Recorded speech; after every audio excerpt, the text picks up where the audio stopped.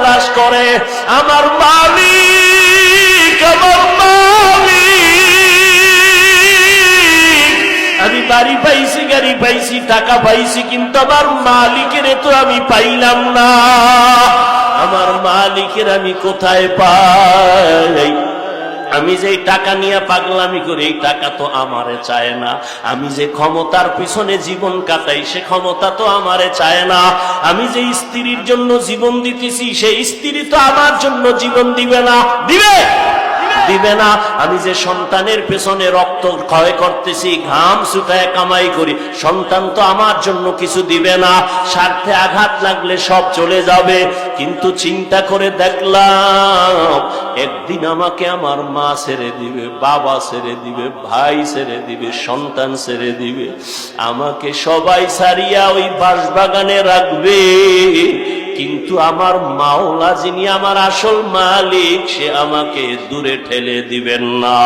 আজকে তো দেখি স্বার্থে আঘাত লাগলে মা আমাকে ভালো জানে না, ভাই আমাকে ভালো জানে না, বন্ধু আমাকে ভালো মনে করে না। আল্লাহ, আমি তোর কেমন আদরের মোহাব্বতের মালিক। তুই জীবনে আমার দেওয়া পানি পান করলি বিনা টাকায়, আমার দেওয়া সূর্যের আলো ভোগ করলি ফ্রি, আমার দেওয়া গাছের ফল খাইলি ফ্রি। আমি একটা টাকাও বিল চাই নাই, বিল নেই নাই। ও বান্দা, আমি আল্লাহর সব নিয়ামত খাইয়া একবারও তুই মসজিদে হাজিরা দিলি না, জিকিরের মজলিসে বসলি না, আমি আল্লাহকে আল্লাহ বলে ডাক দিলি না। আমি আল্লাহ রাগ কইরা তোর পানি বন্ধ করি নাই, খানাও বন্ধ করি নাই। আমি আল্লাহ তোর জন্য চলার রাস্তা বন্ধ করি নাই। তোর গুনার কারণে আমি জানি তুই কোন দিন কোথায় কয়টা অন্যায় করেছ। অন্ধকারে মোবাইল নিয়ে গুনাহ করেছো, আমি আল্লাহ সব তাকাইয়া তাকাইয়া দেখেছি। তুই চোখের দ্বারা কয়টা গুনাহ করেছো, হাতের দ্বারা কয়টা গুনাহ করেছো, কেউ জানে না, দরজা জানালা বন্ধ। আমার রহমতের দরজা তো বন্ধ নাই। আমি আল্লাহ রাগ করে পানিও বন্ধ করি নাই, সম্মানের চেয়ার থেকেও ফালাইয়া দেই নাই, বরং আমি এত মায়া নিয়ে তোরে ডাকছি, আয় আয় আয়। আমার রহমতের দরজা ছাড়িয়া তুই কোথায় যাও? ওরে বান্দা, আমার দরজা ছাড়া তুই যেদিকেই যাবি সেদিকেই তো জাহান্নামের আগুন। ওই জাহান্নামের আগুন তো সহ্য করতে পারবি না। রে বান্দা, ফিরিয়া আয় আয়।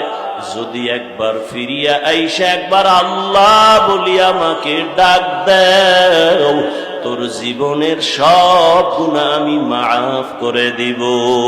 ইয়া ইলাহি মুঝসে মুঝকো দূর কর, ताके देखो मुझ में तुझको एक नजर।